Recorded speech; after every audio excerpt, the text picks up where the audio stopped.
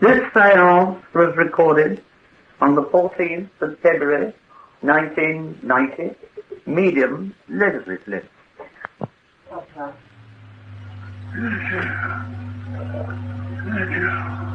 Hello? Adjul. Nigel? No. No? Adjul. Adjul. Adjul. Adjul. I come. Yes. If I may, Of course. I would like to speak to you. I am not used to coming, but they very kindly let me come.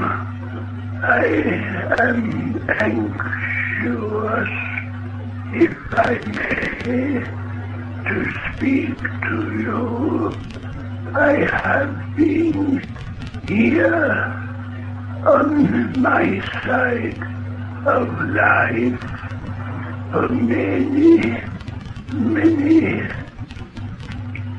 years of your time. My name is Adjul. My name is Adjul. Yeah. Adjul. I have been many times to this house when you have come together in love as brothers and sisters to wait for the word of the Spirit of love and truth to come to you. When I was in your world, I was also what you today would call a medium. But of course, you know, all those many years ago, it was very difficult because it was not as you do today. Understand and accept these things which come from outside your earthly world. I had studied in a religious group for a number of years to learn, as I thought, the truth of eternal spiritual understanding. I do not wish to suggest that those years that I gave in that way were wasted, but nevertheless it opened up indirectly to the knowledge and the realization that you have today, now, as you come together in this room. Of course, when you are, as I was in those times, talked into accepting certain things which I then questioned after a time, and then when I tried to get answers, they were not forthcoming, and I was, I suppose, what you would now call ostracized by the brethren and the friends that I had so long been associated with, and I was turned away, and I was, because it was my desire to find the truth, I was turned away, and I did go out into the hills, and I did meditate, and I did open up myself in a way which at the time was extraordinary for me. I had always an inner knowledge, perhaps, or realization that it was possible to communicate with those who had gone before. And as a student, having read the good book, I saw many instances of this happening, and I could not understand why it was so misunderstood, whereas within my inner self I knew it to be so, and because of things that had happened to me, I knew there was the possibility, at least, of being in tune and in touch with the so-called discarnate spirit beings who had gone before. During my period of time in those years, I had become very close and very much a friend of a certain person who, by his nature, showed great affection for me. But I realized, as he did too, that we had to be extremely careful, and we knew that our relationship could have been misunderstood by the rest of the people, the congregation of others, who were by their very nature, most of them, so dedicated to silence in many instances and to prayer, and not allow themselves to have any material or physical feeling or emotion one towards another, other than brotherly love. And even then, to a great extent, it was stifled. And when my friend died, I was heartbroken, because he was the only one that at times I could open up my soul to and unburden myself. And I was fighting, I suppose, within my inner self for freedom. I did not realize it, of course, as freedom, because in some respects I was happy with the rest of monks, but I could not help my nature. But apart from that, soon after the passing of my friend, I had a dream, at least that is what I thought it was, when he appeared to me. And I could see clearly and recognize distinctly that it was he. And he smiled, and I heard his voice, and it was that which really made me decide eventually that I had to go away, and I had to, as it were, be in touch with him. He beckoned me, and at first I did not quite understand, but he spoke, and he beckoned and pointed to the door of my cell. And in this dream, as I thought, I followed him, and we went through the corridors, and eventually to the main door of the monastery. And it was so strange. He walked through the door, but without any fear within myself, I followed him.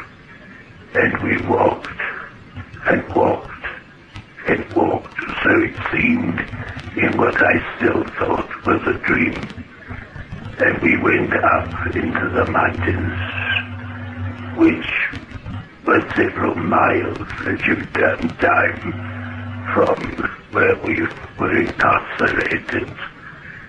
And he pointed to a place, to a point, and it was as if it were a tunnel, which of course it was not exactly that, but it was an opening in the rock. And I followed him. And then he sat down, and I sat down, and he looked and he said, I shall come to you regularly, and I shall tell you many things that I have experienced and witnessed, but it is essential that you are alone. And I shall come to you, and I will make it so that you will hear and know of the things that I am so anxious to relate to you. For they are not for yourself alone. They are for those who will listen to the truths and the voice of the Spirit. You will stay here over several years of your earthly time, and you will then go from place to place, from marketplace to marketplace, from this place unto that place, and thou shalt speak of the things that are of the Spirit. And when you are questioned, and some people will doubt you, and perhaps be full of fear, I will impress you, or I will give to you messages that you can give to them, that they will know it must be so. And in many instances I was able to help many people in a restricted kind of way. But what I am trying to say is this: above all else, my friends, when you come together in love, in harmony, thinking of the things that truly are of the Great Spirit Himself, the manifesting power of the love of that Spirit encompasses you, and it shall uplift you, make you wise, and make you more understanding of your own responsibility one to another, and indeed unto us who come to you. Never think that we are sacrificing ourselves when we come down to your vibration of earth. It is as nothing to us. The short space of what you call time is insignificant. What I want you above all else to know is that our love makes many things possible, individually and collectively, not only when you come here and listen to the voice of the Spirit and come together in that harmony that is so important and essential. It is what you do in your daily lives. Some of you may serve in this way and others in another. You may not always feel, perhaps, the power of the Spirit with you, yet it is there. And you will do unto many people things that are good, things that are warm and kind and uplifting. Sometimes it may only be a little message to comfort some soul who is sad or lonely. Someone who perhaps has lost, as they term it, their dear one, maybe their husband or whoever. that person is around and about them, from time to time visits them and loves them still, and looks to the time when the person who is still in your world is released from the physical shell and free to join and be once again happily reunited. I wonder sometimes if you all realize your responsibility. It is not easy for you. There will be times, as indeed it so was with me so long ago, when there will be people who will revile you, who will say that you are mentally disturbed. And when you have been, as I once was, so caught, as it were, by the power of the church, and I do not want to give the impression that I bear any ill will or bad feeling towards the church. It is not easy for them to have an open mind about these things.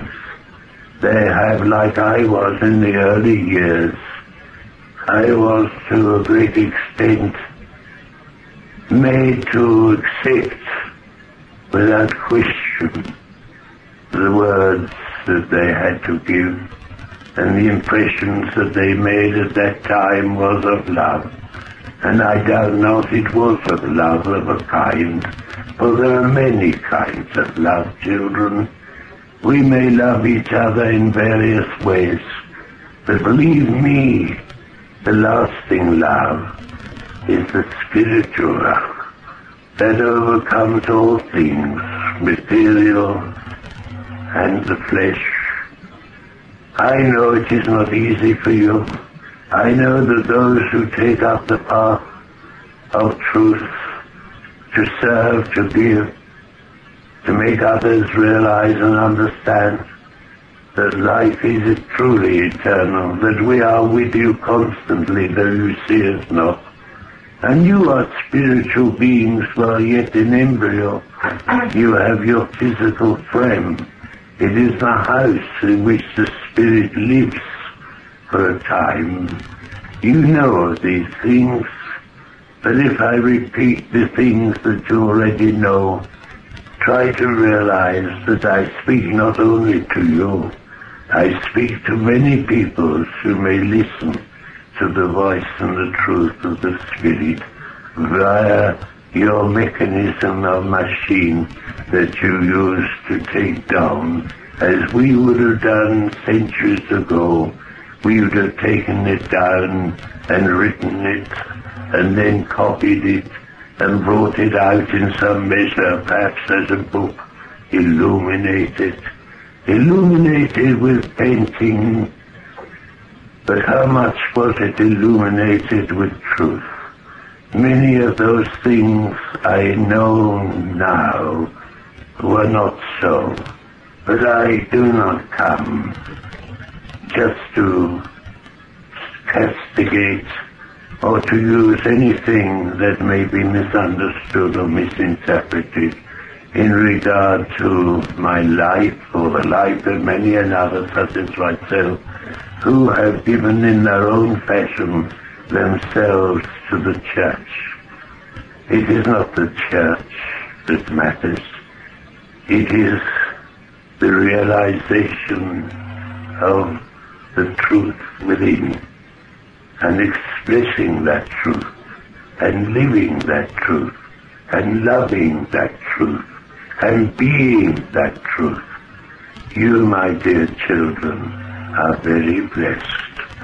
If I have taken, as indeed I know I have, a lot of time, it is because I feel the need myself, strange as it may even seem to you, to relieve myself, or release, if you like, my message to you, knowing it will go forth and others shall hear it in the years that lie ahead. I am not familiar with the method that is usually used, I understand. So I should this room. Know that we are with you still, and we are giving to you all that is possible for us to give in love.